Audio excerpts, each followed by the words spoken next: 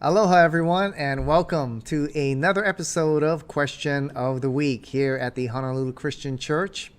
And remember, we want you to hit that like or subscribe button there on our YouTube channel so you can get updates on what we're doing and whenever something new comes out. So if you're being blessed by what you are seeing and what you're hearing, hit that subscribe button there, all right?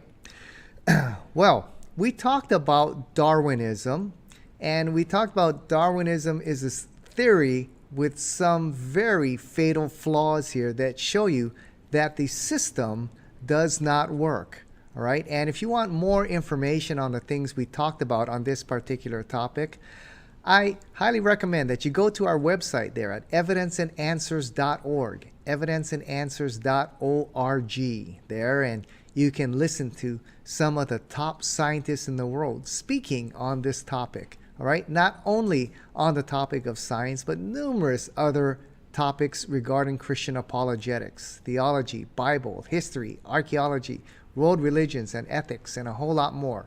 Right, over 500 podcasts from some of the top scholars from all over the world that you can listen to, and some of the top scientists speaking on this subject that we're going to cover today. All right. Now, regarding Darwinism, as I stated, it's a theory that's got some serious flaws that show you the system doesn't work here. Now, we got some questions over this past week on Darwinism. All right, and we'll cover a few. And the one we want to start off with is this. Pat, how do Christians explain the fossil record? Does the fossil record support Darwin or the Bible? It seems to support Darwin's theory. Well, let's take a look at the fossil record and see what the fossil record does indeed reveal. Now, remember, Darwin theorized, all right, that life began from a single-celled organism there. All right, then over the millions of years, eventually mutations and natural selection took its course, and we slowly start developing more and more complex life, and then it just begins to grow, all right, into this, what he called the tree of life. So in the fossil record, that's what we should be seeing here. Life beginning with a single-celled organism. See, Darwin taught that we can trace our ancestry all the way back to a single-celled organism. So if you look at the lowest strata where life began, we should see a single-celled organism that we can trace our origins to.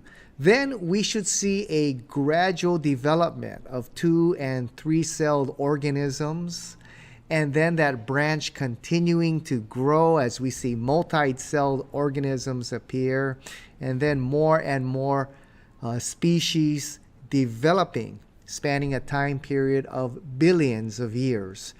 That's what we should be seeing in the fossil record, all right? That's what Darwin expected to see, and that's what evolutionary biologists expect to see in the fossil record. So in the fossil record, as we look at the fossils in the different layers of strata here, we should see very simple species at the lowest level where life began.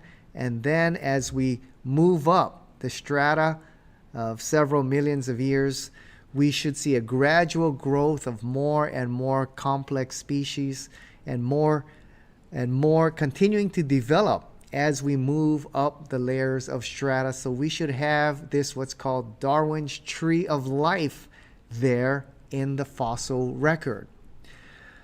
Well, when you study the fossil record, we have something quite surprising here. We don't have Darwin's tree of life. What we have, and we're going to use the Darwinist dates here for the sake of argument here, all right? But if we go back 4 billion years when life began, we see very little happening on the earth. And then suddenly, about 500 million years ago, we have a sudden explosion of life. Right? It's called the Cambrian Explosion. When 500 million years ago, we have a sudden explosion of multi-celled complex forms that suddenly appear without any evidence from that they evolved from simpler ancestors in the layers below.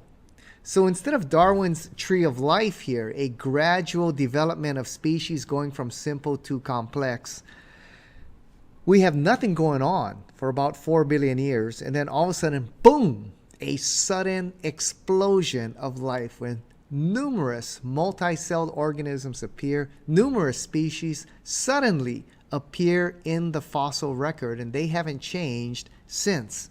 All right, so instead of the tree of life, this gradual development of the species descending or ascending from this one-celled organism, we have something that looks more like a rake, just nothing going on, and boom, suddenly numerous species of life, multi-celled organism suddenly appeared, and then there's sudden explosions of life after that, right? So this posed a great challenge for Darwin and evolutionary biologists even to this day, okay? And so the Cambrian explosion, right? Just this sudden burst of life upon the scene almost overnight is a problem for evolutionary biologists from Darwin till today. It's like this, okay? If you have a 12-hour clock, all right, nothing is going on for the first 11 hours and 55 minutes, all right? Then suddenly, in just the last few minutes, boom, a sudden explosion of life almost overnight, right? According to the geological time records there. In other words, life appeared on this earth very quickly and suddenly. And this is what poses a great challenge for evolutionary biologists. This was pointed out to Darwin by several scientists of his time, Agassiz and Pictet and others. They pointed this problem out to Darwin, that the fossil record doesn't support his tree of life. We have just a sudden explosion of life that comes upon the scene. And Darwin wrote about this problem in The Origin of Species. He said this, he says, the abrupt manner in which whole groups of species suddenly appear in certain formations has been urged by several paleontologists, for instance by Agassiz, Pictet, and Sedgwick, as a fatal objection to the belief in the transmutation of species. If numerous species belonging to the same genera or families have really started into life all at once, that fact would be fatal to the theory of descent with slow modifications through natural selection. All right, Darwin stated that indeed the Cambrian explosion, if life suddenly appeared all at once in a sudden explosion of life, as the fossil records seem to show, it would be fatal to his theory. And as we have searched the fossil record, we're beginning to see really that life suddenly exploded here upon this earth in the Cambrian explosion here. So that proves to was a problem for Darwin and remains a problem for evolutionary biologists even to this day. Then we have something serious missing in the fossil records here. According to Darwin's theory here, species gradually mutated and adapted and developed new body parts and organs over time, right? As they adapted and mutated, they began to form new body parts and organs, and we should see this transition in the fossil record. All right, so Darwin knew that in order for his theory to be true, there needed to be what we call transitional forms of every species in the fossil record. We should be able to see fossils as these species begin to mutate and adapt and develop new organs and new body parts. We should be able to see that transition in the fossil record. And Darwin expected to find thousands of intermediate or transitional links in the fossil record. Instead, to his discouragement, we have found few, if any, transitional forms. What we have are the species, the life forms, they suddenly appear in their full form and they have not changed since, right? Let me give you an example. Evolutionary biologists believe that the rat eventually evolved wings and developed into the bat, all right? So what you should have in the fossil record then, you should have a lot of what we call transitional forms. Rats with stubs on the shoulder area, and then quarter length wings, and then 50% length wings, and then eventually full length wings forming into a bat. You should have those transitional forms in the fossil record.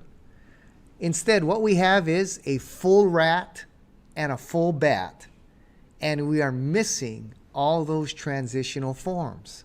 All right?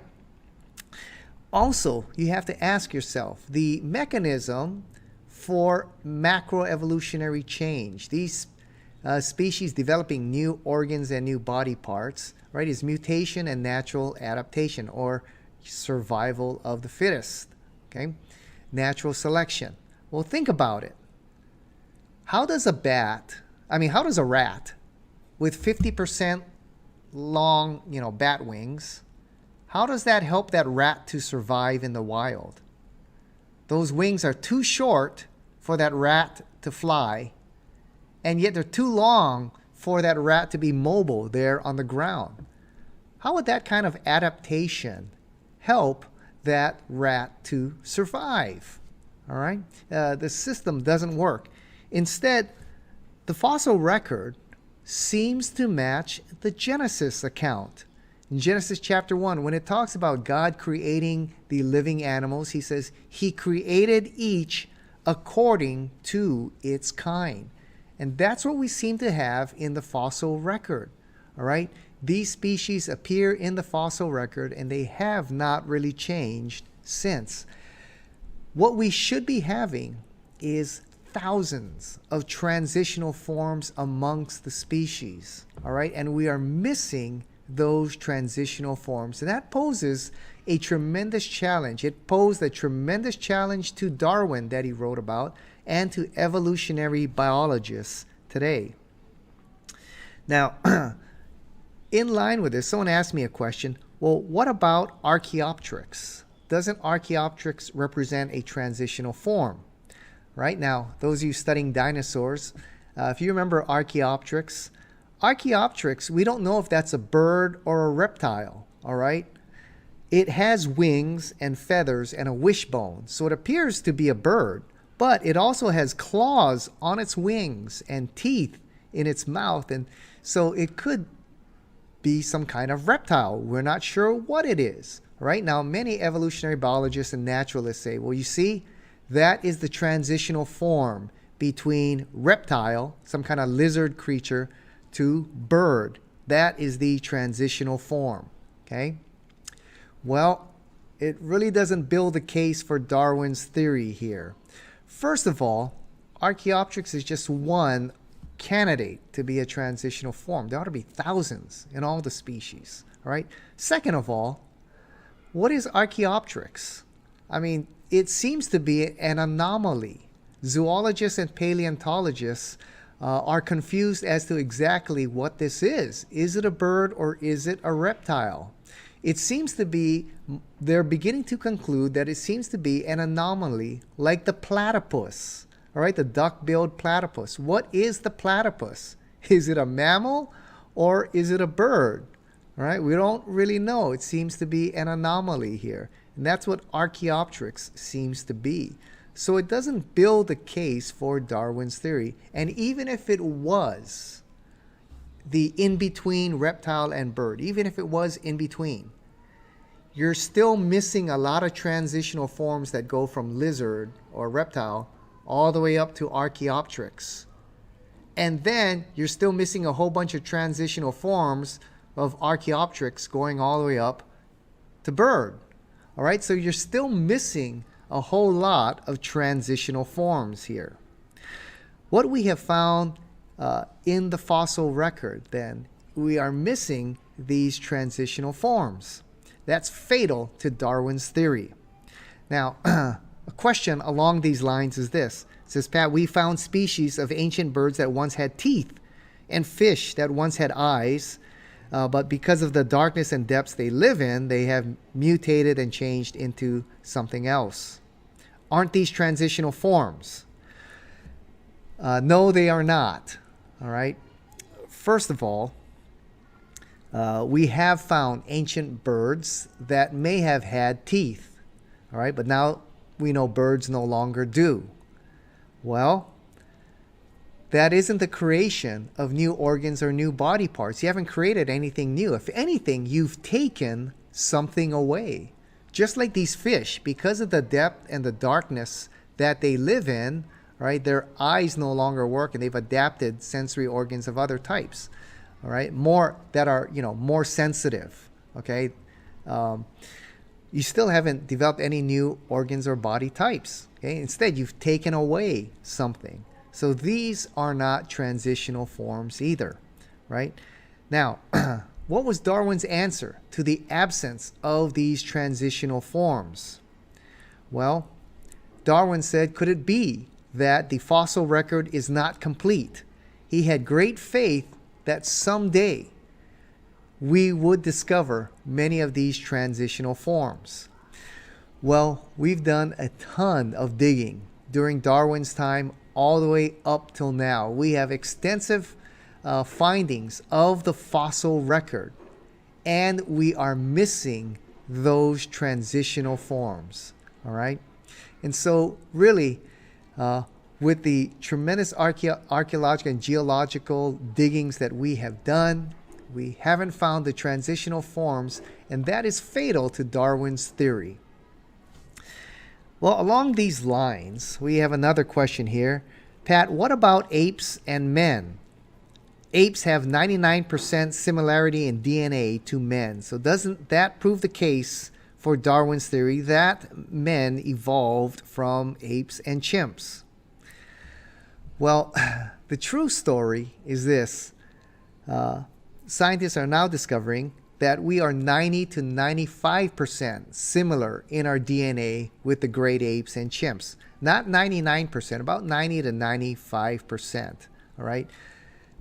Now, remember, we're talking in percentages here, okay?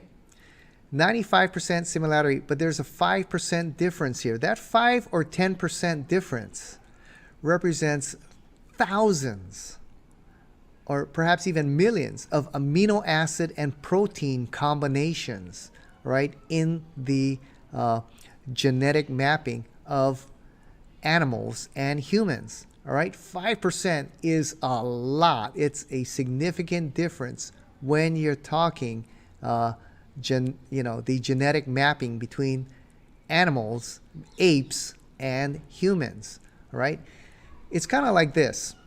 Let's take the Microsoft Word or Microsoft Windows program here, and if we changed 5%, okay, if we changed 5% of that program, 5% of those digits, all right, would you have a working program? No, you wouldn't, all right? And 5% in that Microsoft Windows program, you're talking hundreds, if not thousands of digits that have been changed, all right? So we're talking percentages here, okay? And when it comes to the DNA code and DNA map between apes and humans, that's a significant difference here. Okay? Also, humans and daffodils have about 35% similar DNA. Well, no one says that humans are 35% daffodils. Okay? So that similarity doesn't build the case for Darwin's theory here. In fact, this actually seems to show common design rather than common descent. All right? If the intelligent designer has a model or framework that works, you would expect him to use it on multiple things or species that he is working upon. So it seems to show common design rather than common descent. Well, we're going to end with this question here, which is a good one. It says, Pat, if Darwinism does not have the evidence you state, why do the majority in science believe it to be true? Well, first of all, let me give you the inside scoop amongst naturalist scientists here. Amongst the naturalist science community, there is a lot of disagreement, all right, when it comes to the theory of Darwin, the origin of life, and how we have the various species that we have. Okay, there is not the unity that it looks from the outside. When you go inside these circles, attend their conferences, and you see these men dialogue with one another, there, and read the scientific journals, there is a lot of disagreement amongst evolutionary biologists on the theory of the origin and diversity of life, right? So that unified front that appears on the outside, when you get on the inside, you'll see that there is a lot of disagreement there. Second of all, this fulfills what Paul is talking about in Romans chapter 1, verse 18. He says this, "For the wrath of God is revealed from heaven against all ungodliness and unrighteousness of men, who by their unrighteousness suppress the truth." All right? Men and women want to live separate from God, complete independence from God. They resist bowing their knee and submitting and worshiping the rightful God of all creation. And instead, they want to rebel and live life independent of God. And so they suppress the truth that is in front of them, right? I think if you take an objective look at the sciences, it points to intelligent design. But what do? We do not want to acknowledge God and the creator of the universe who deserves our worship and our submission to his lordship.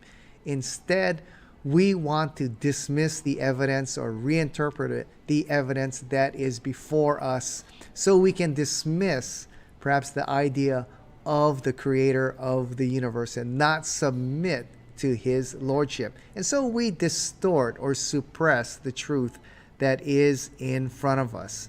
That's what's the nature of sinful men and women. All right? So it fulfills what the Bible talks about regarding human nature and our rebellion against God. All right? Now, for the naturalist, for the atheist, Darwinism has to be true. All right? That's the only game in town. That's the only viable theory they see that explains the origin and diversity of life. If Darwinism is not true, what are we left with? We're left with intelligent design, a God, a creator. That's the alternative. And the naturalist does not want that. And so they're doggedly holding on to Darwin's theory of evolution. It's got to be true. If it's not, your only other alternative there is intelligent design, a intelligent creator. And that's not what they want. That's why they hold on to it doggedly. All right. Now, if Darwinism is true, you come to the dark conclusion that the naturalists have all come to. Really, that life is an accident. The universe is an accident. There's no intended purpose for the universe to be here. There's no intended purpose for your existence or my existence. And everything ends in death and annihilation. Therefore, ultimately, there's no meaning, there's no hope, there's no significance, there's no standard for right and wrong, and ultimately, no free will. Right? What a dark and foreboding outlook that is on life, if indeed naturalistic Darwinism is indeed true. Fortunately, I think if you look carefully at the evidence, it points to an intelligent creator.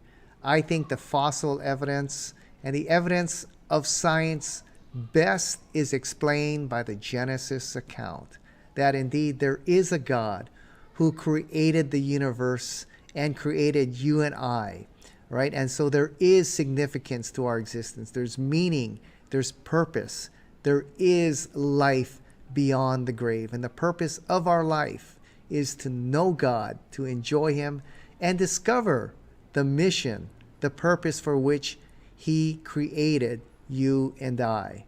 All right? And life is filled with meaning and hope if indeed the Genesis account is true. And I believe the more you study the sciences, it's going to point you to an intelligent creator and ultimately the truth taught in the book of Genesis, right? Well, this concludes this week's episode of the week. I hope you'll hit that subscribe button and you'll be notified whenever we produce anything new. And I hope you visit my website there at evidenceandanswers.org and listen to some of the great interviews with some of the top scientists on this topic from all over the world. Tremendous resource for you there. And keep sending your questions in at pat@evidenceandanswers.org. pat@evidenceandanswers.org. And we look forward to seeing you here next week on question of the week. Aloha.